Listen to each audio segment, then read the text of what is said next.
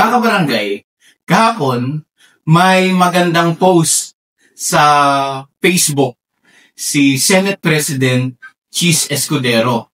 So dito po sa video ito, pag-usapan natin ano ba yung kanyang Facebook post na yon.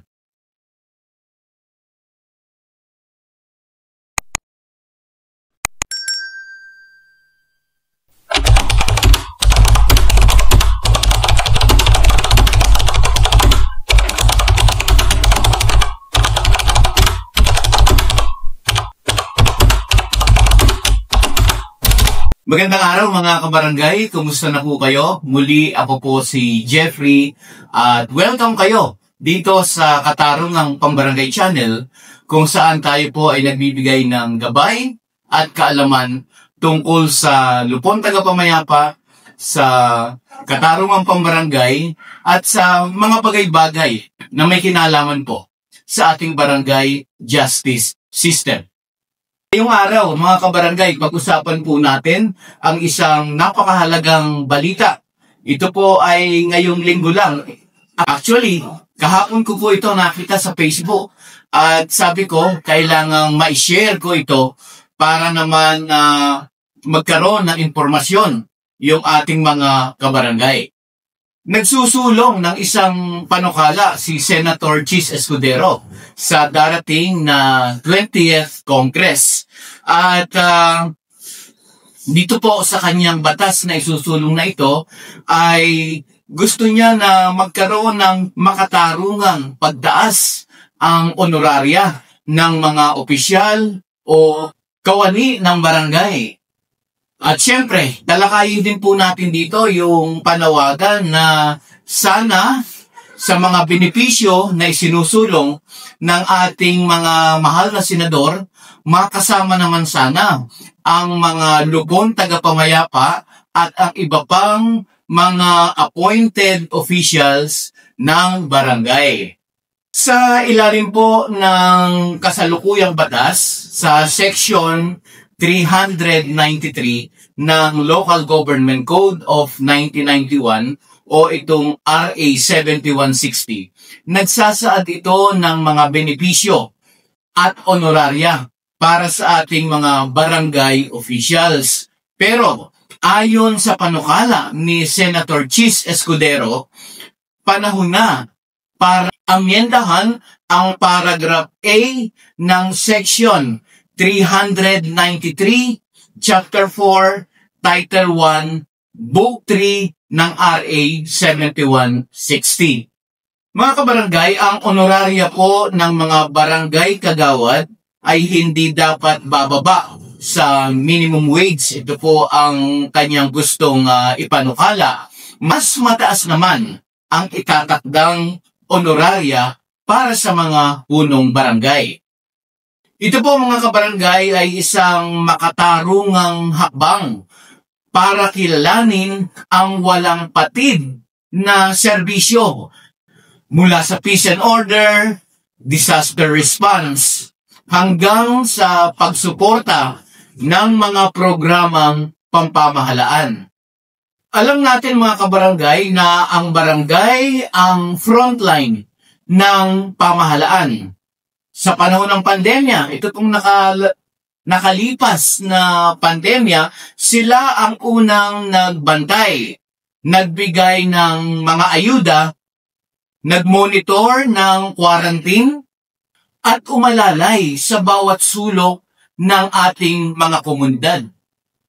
Pero mga kabarangay, sa kabila po ng lahat, hindi sapat ang natatanggap nilang honoraria. Marami pa rin sa kanila ang nagtatrabaho ng halos buong araw. Minsan po ay 24/7.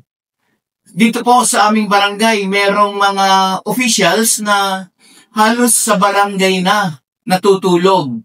Umuuwi lang sa kanilang bahay para maligo, para magpalit ng damit. At sila po ay hindi nakakatanggap ng mga benepisyo. Kumbaga, buong buhay nila ay ibinibigay sa paglilingkod sa kanilang barangay, yet yun pong mga benepisyo, yung mga dapat nilang matanggap ay hindi po nila nakukuha. Kaya po, ako personally at itong Katarungang Pambarangay Channel ay isa sa mga nananawagan na kung itataas ang honoraria ng mga elected barangay officials, sana po ay maisama rin ang mga miyembro ng Lupon Tagapamayapa. Siyempre, dapat isama dahil ito pong channel na ito ay may kinalaman sa Katarungang Pambarangay, may kinalaman po sa mga kapakanan ng Lupon Tagapamayapa. Kaya po isinusulong natin dito na sana makinabang din ang mga miyembro ng Lupon sa mga benepisyo na isinusulong ng ating mga senador. Bakit po? Dahil ang Lupon, paulit-ulit na po ako sa channel na ito, ay katuwang sa katarungan at kapayapaan. Kaya hindi po ba dapat na ang mga Lupon ay kilalanin din? Ang mga miyembro po ng Lupon ay hindi lang mga tagapamagitan. Sila po ay mga tagapagtanggol ng kapayapaan at kaayusan sa barangay. Sa dami ng mga kasong isinasampa sa kanila araw-araw, alam ko po mayroong mga barangay na maliliit na hindi po regular yung pagsasampa ng kaso. Pero po sa context ng mga barangay, kagaya namin, ay halos araw-araw po ay may mga nagsasampa ng reklamo sa barangay. At yung mga kaso po ay under ng Katarungang Pambarangay. Therefore, kailangan pong harapin ng punong barangay, kailangan pong harapin ng mga miyembro ng Lupon Tagapamayapa kung kinakailangan. Yung mga simpleng alitan hanggang sa mga seryosong usapin, ang mga Lupon po ang bumubuhay sa layunin ng Katarungang Pambarangay. At, hindi lang naman po talaga mga Lupon Tagapamayapa ang mga nararapat bigyan ng mga benepisyo. Naandyan po ang mga BHW, naandyan po ang mga tanod, mga bausi officers, at madami po pong ibang mga tanggapan sa barangay na kinakailangan po yung mga staff ay mabigyan din ng nararapat para sa kanila. Kaya po mga kabarangay, itong panukala ni Senator Chis Escudero, kung maisa sa batas ito, inaasahan na tataas ang moral ng ating mga barangay officials. Mas magiging maayos ang serbisyo, mas magiging handa sila sa mga hamon sa komunidad na kanilang nasasakupan. Kaya po ang resulta, mas quality yung serbisyo, mas mabilis ang aksyon sa barangay, at yung pagpapalakas ng lokal na pamahalaan ay mas higit po nating maaasahan. At yung mas organisadong komunidad, ito po ay maaaring makita po natin.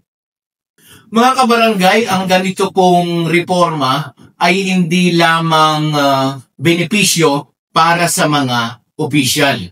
Ito rin po ay benepisyo para sa mga taong bayan.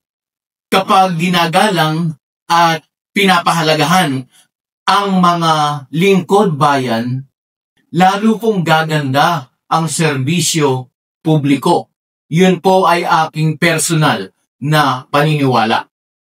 Kaya po ako at itong channel na ito ay nananawagan sa ating mga mambabatas na ipaglaban ang makatarungang honoraria para sa barangay. Alam ko po, madami ang mag-a-agree sa akin sa sinabi kong yon.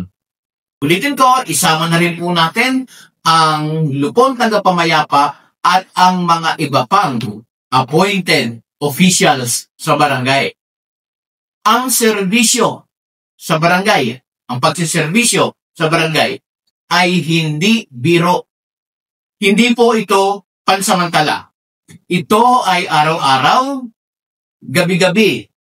Walang kapalit, kundi ang pag-asang mapabuti ang buhay ng kapwa. Kaya, ayan po mga kabarangay, gusto ko lang pong i-share yung isang mainit na pinag-uusapan ngayon.